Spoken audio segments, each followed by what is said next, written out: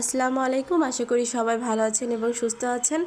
তো আসলে সময় ব্যস্ততার কারণে একদমই ভিডিও ছাড়তে পারছি না, যেহেতু মাসের শেষ, অফিসের কাজের চাপ, পাশাপাশি নিজেরও কিছু ব্যক্তিগত কাজ আর অসুস্থতার জন্য কিন্তু কোনো ভিডিও আমি ছাড়তে পারি নাই। তো আজকে আসলে খাওয়া দাওয়ারও কিন্তু ঠিক নাই, যেটা সত্য কথা বলতে, রান্না খাওয়ার কোনো কিছুরই ঠিক নাই। তো অনেকদিন পরে ভাবতেছি যে একটু মাংস একবারে বেশি করে রান্না করে রাখবো।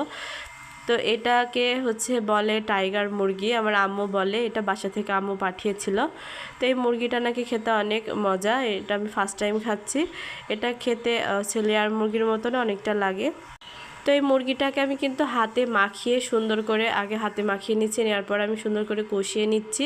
এটা সিদ্ধ হতে একটু সময় লাগে, তবে এটা থেকে কিন্তু প্রচুর তেল বের হয়েছে। তারপরে আমি একটু কাঁচামরিচ দিয়ে দিচ্ছি। এখানে বাটা মশলা কিন্তু আমি অ্যাড করেছি, পেঁয়াজ একটু বেটেছি, রসুন, জিরা, এলাচ ফল সবই কিন্তু বেটেছি।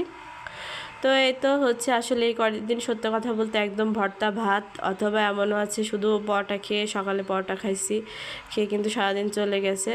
মানে সব কিছু একসাথে, কলেজ, পাশাপাশি সংসার, চাকরি, পড়াশোনা সব কিছু একসাথে আসলে মেনটেন করতে একটু কষ্ট হয়ে যাচ্ছে। তারপরেও কেন জানি না আল্লাহ প্রচুর ধৈর্য দিয়েছে। আমি প্রত্যেকটা কাজে অনেক এনজয় করি। আমার মনে হয় যে এটা আমার কাজ, এটা আমার ডিউটি, এটা আমার দায়িত্ব, সব কাজই কিন্তু করি। তো যাই হোক, ভাবলাম যে যেহেতু এইভাবে খাওয়া দাওয়া হচ্ছে, একটা মুরগি পুরোটা রান্না করে বেশি করে ঝোল করে রাখি, তাহলে অন্তত এটা দিয়ে একটু খাওয়া দাওয়া করা যাবে। তো এই যে ঝোলের পানি দিয়ে একটু সিদ্ধ করে নেব এখন। তো যেহেতু এটা কিন্তু টাইগার মুরগি, মুরগিটা অনেক বড় হয়। জানি না আপনারা এই মুরগির নাম কি বলেন। তো এটা বাসায় আম্মু পুষেছিল। তো এখানে মাংস রান্না করার পরে ভাবছি যে আরেকটা সবজি রান্না করা যাক। তো এখানে ফুলকপি আমি ভাজি করব।